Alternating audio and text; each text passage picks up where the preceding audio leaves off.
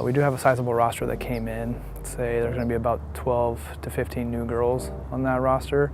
Tatiana Hamlet in the triple jump is coming back. Adrian Lee in the pole vault is coming back. Natalie Capel in the long jump is coming back. She had a strong freshman year at the conference meet last year, outdoors. And then we have a whole plethora of sprinters, hurdlers, and some distance runners. After the Lumberjack Team Challenge the week after, the end of January, is the UW Invitational, University of Washington Invitational. And that's going to be a little bit of a venue that's field event and distance friendly. We have a pretty sensational freshman in Hannah Chow that had a great cross-country season. Keely Boyd comes back, Brenda Durantes comes back, we have Hallie Pullum in the 800, we have a freshman that's come in, Destiny Whitaker, who's a walk-on in the 800, kind of looking forward to seeing what she can do. In terms of the sprint crew, that's an oversized track at Washington, so you kind of look for more of the longer distances because the turns are not so tight. Zani Metters is a high school state level athlete. She made the state final last year in the 400, so she'll open up there in the 400, as well as Michaela Scott, who's a sophomore returner for us in the 4. And the 4x4, we're kind of trying to plan to run fast there. Julia Savani will be a part of that. She's a senior now. And then our hurdle crew will be Mike Cal Robinson.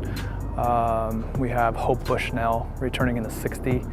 So we're kind of really looking forward to kind of having those start to move forward, get more comfortable with the competition.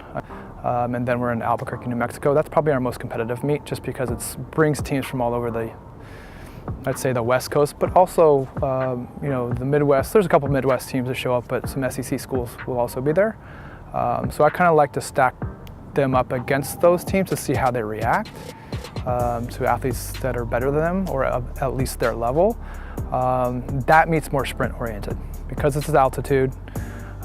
It's where the USA Track and Field Indoor Championships are, so the venue's ideal. It's great for warm-up and competition, so I'm really looking forward to seeing what Hope, Mike Cal, and Zani will run the 200 there. Michaela will run the 200 there, and kind of seeing what they can do. Lorraine Nance is a freshman coming in. She's a jumper for us, but she also hurdles. She'll jump. She's a great triple jumper. Kind of looking forward to seeing what she can do as well. It's a great jump venue as well. They have raised runways, and with the altitude, you can technically get better jumps and sprints out of that specific event.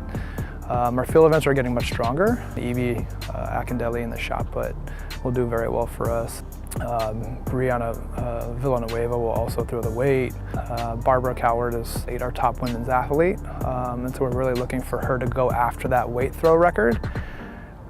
I would expect her to pretty much break that first meet because her hard work this summer has just shown that she's on a trajectory above where she was even a year ago. A lot of it just comes down to the expectation they have for themselves and maybe some of the minor disappointments that they may had the season before that just kind of motivates them through July, August, September as we roll into October and start official practice and then prep basically for 6 months, 6.5 months before we get indoors started.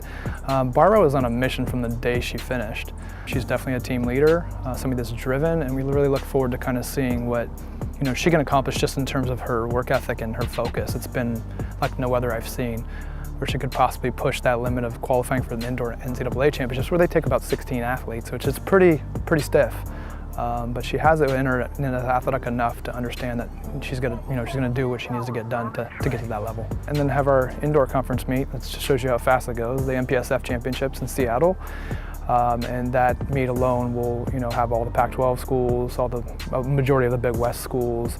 So we're kind of looking forward to seeing how we stack up against that level of competition as a team, and then who can really get into the finals and score points for specifically UC Irvine, and seeing where we can place this year as in 2 years past.